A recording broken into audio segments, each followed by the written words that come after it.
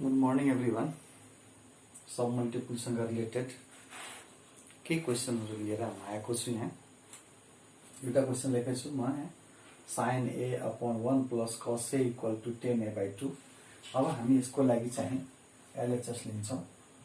LHS यहाँ sin a जस्ताको त्यस्तै फेरि 1 plus cos a as it is लेख्छौँ हामी। sin a को फर्मुला पढेछौँ हामी 2 sin a/2 अनि cos a/2।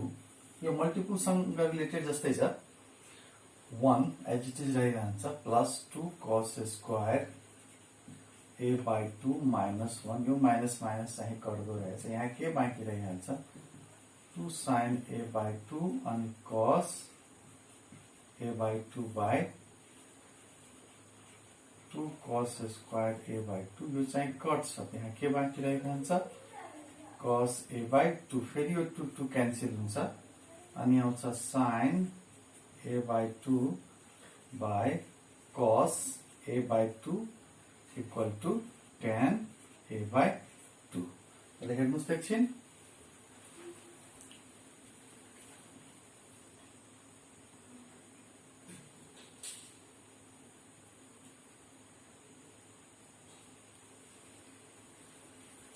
फेरि हामी अर्को क्वेसन लिइराखेका छौँ।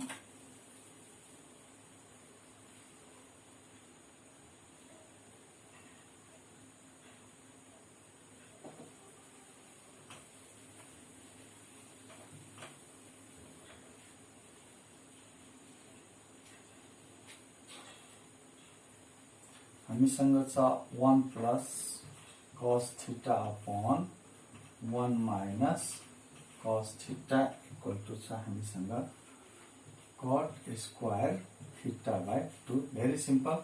हामी यसको लागि LHS लिन्छौँ 1 plus cos theta upon 1 minus cos theta. 1 as it is छोडिदिने अनि cos थीटा को ठाउँमा लेखिदिने 2 cos square theta by 2 minus 1। त्यसपछि 1 माइनस यहाँ 1 minus 2 sin square theta by 2। माथिबाट यो 1 र यो 1 चाहिँ कट्दो रहेछ, यहाँ आउँछ 2 cos square theta by 2 upon 1 minus 1 plus 2 sin square theta by 2। फेरि यहाँबाट 1 र 1 कट्छ अनि 2 cos square theta by 2 upon 2 sin square theta by 2। यो 2 चाहिँ कट्दो रहेछ।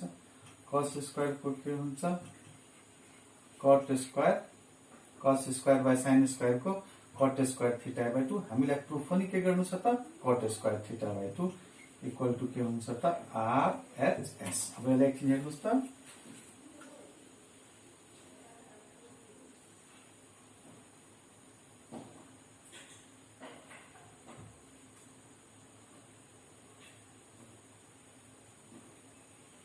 फेरि अर्को क्वेसन छ हामीसँग।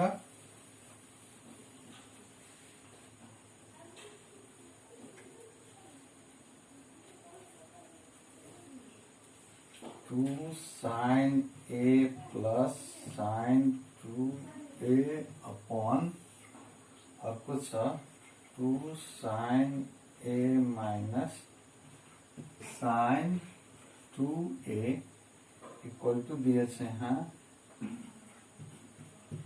cot square a/2। अब हामी के गर्छौं यसमा LHS लिन्छौं 2 sin a plus sin 2a by फेरि यहाँ छ 2 sin a minus sin 2a। 2 sin a as it is छोडिदिन्छौँ हामी यहाँ। त्यसपछि sin 2a को लेख्छौँ 2 sin a into cos a। फिर यहाँ 2 sin a as it is छोड्छौँ, फेरि sin 2a को आउँछ 2 sin a into cos a। 2 sin a हामी कमन लिन्छौँ, यहाँ के रहिरहन्छ 1 प्लस cos a। तल फेरि छ 2 sin a into 1 minus cos ए यो 2 sin चाहिँ कट्दो रहेछ। अब हामीसँग के छ 1 प्लस कस ए, 1 प्लस कस एलाई 1 plus 2 cos square A by 2 minus 1 लेख्न सक्छौं। यहाँ चाहिँ 1 minus 2 sin square A by 2 चाहिँ लेख्न सक्छौं। फेरि यसलाई हामी के गर्छौं त 1 प्लस यहाँ 1 1 चाहिँ कट्दो रहेछ त माथि के रहिहाल्यो 2 cos square A by 2 by 1 minus 1 plus 2 sin square A by 2। फेरि 1 र 1 कट्छ। अब यहाँ आयो 2 cos स्क्वायर ए बाई 2 र 2 sin स्क्वायर ए बाई 2। हामी के लेख्छौं 2 cos square A by 2 by 2 sin square A by 2। यो 2 2 चाहिँ कट्छ। cos square A by 2 by sin square A by 2 बराबर कति हुन्छ cot स्क्वायर ए बाई 2। यही छ हाम्रो RHS। यसलाई हामी हेरौँ एकछिन।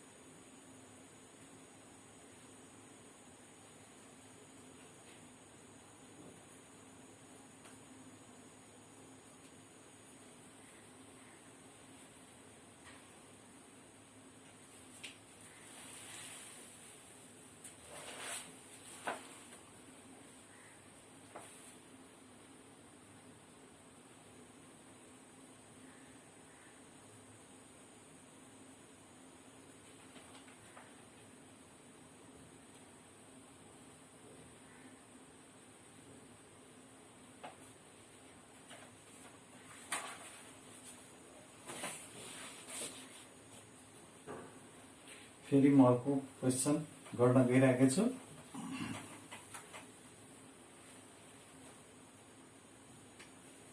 हामीसँग छ sin a plus sin a by 2 upon 1 plus cos a plus cos a by 2 equal to आउँछ tan a बाई 2। फेरि हामी लिन्छौं LHS। यहाँ छ sin a plus sin a by 2 upon 1 plus cos a plus cos a by 2। sin a को ठाउँमा हामी लेख्न सक्छौं 2 sin a by 2 cos a by 2 upon 1 as it is रहिरहन्छ 2 cos square a by 2 minus 1 plus cos a by 2। यो 1 र 1 कट्छ। फेरि हामीसँग के बाँकी रहन्छ 2 sin a बाई 2 अनि cos a बाई 2। अब 2 cos square a by 2 minus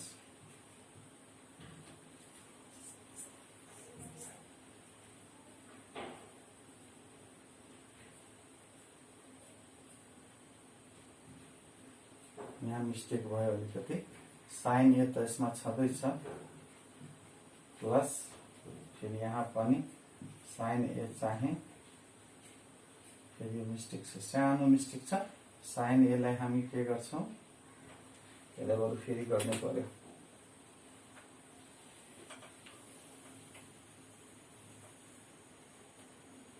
sin a को ठाउँमा हामी लेख्न सक्छौं 2 sin a बाई 2 र cos a by 2 plus sin a by 2। फेरि 1 plus 2 cos square a by 2 minus 1 फेरि cos a by 2 यो 1 1 चाहिँ कट्दो रहेछ। यहाँ हामी कमन लिन्छौँ त के कमन आउँछ हामीसँग sin a by 2 यहाँ के बाँकी रहिहाल्छ cos a by 2 plus 1 फेरि जुन हामी कमन लिन्छौँ यहाँ 2 छुट्यो फेरि यसबाट कमन लिन्छौँ हामी के त cos a by 2 यहाँ रहिरहन्छ 2 cos a by 2 plus 1 यो दुईटा कट्छ त sin a by 2 by cos a by 2 equal to कति हुन्छ त 10 a by 2 यही हाम्रो प्रुफ छ RHS इलेक्सन हेर्नुस् त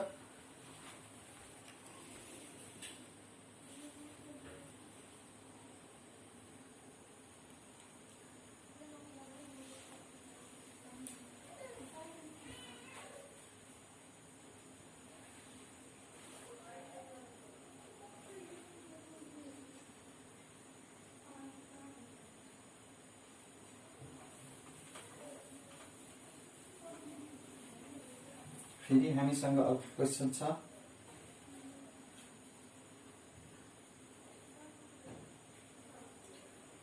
tan 45 plus a by 2 equal to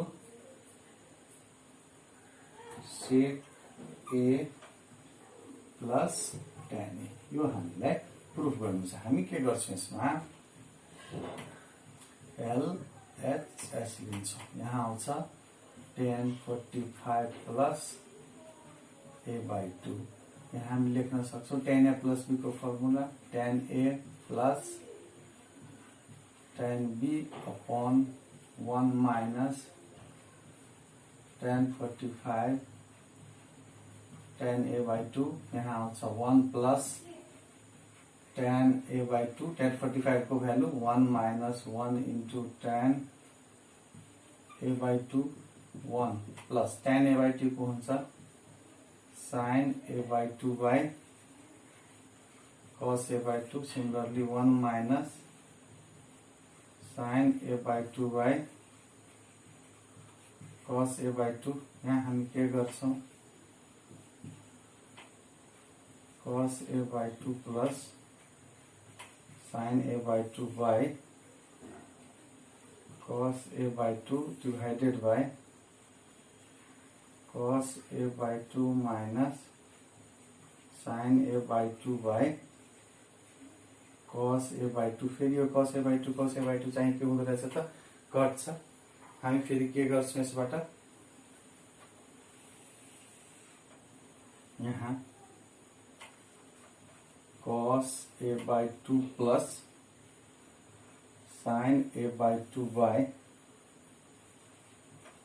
cos a by 2 minus sin a by 2 आयो। अब हामी cos a by 2 minus sin a by 2 तल छ त्यसलाई प्लस लिएर हामी तल माथि मल्टिप्लाई गर्दिन्छौं मतलब cos a by 2 plus sin a by 2 फेरि cos a by 2 plus sin a by 2 माथि के हुन्छ cos a by 2 plus sin a by 2 को होल स्क्वायर यहाँ आउँछ cos square a by 2 minus sin square a by 2 अब फेरि यसलाई हामी a plus b को होल स्क्वायर मा तोड्छौं त आउँछ cos square a by 2 plus sin square a by 2 plus 2 sin a by 2 अनि cos a by 2 यहाँ आयो cos square a by 2 minus sin square a by 2 भनेको cos a अनि हामी लेख्छौं यसको र यसको भ्यालु चाहिँ के हुन्छ त 1 हुन्छ।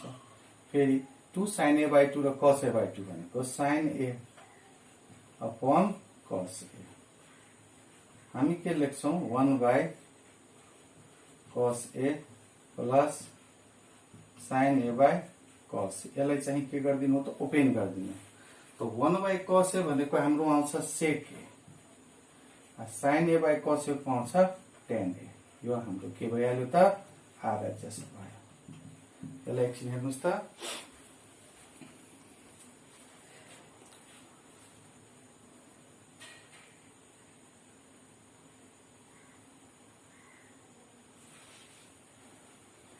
आजको यो जुन हाम्रो छोटो मिठो जानकारी छ हजुरहरूलाई कस्तो लाग्यो, यसबाट तपाईहरुलाई अझ प्रष्ट भयो होला।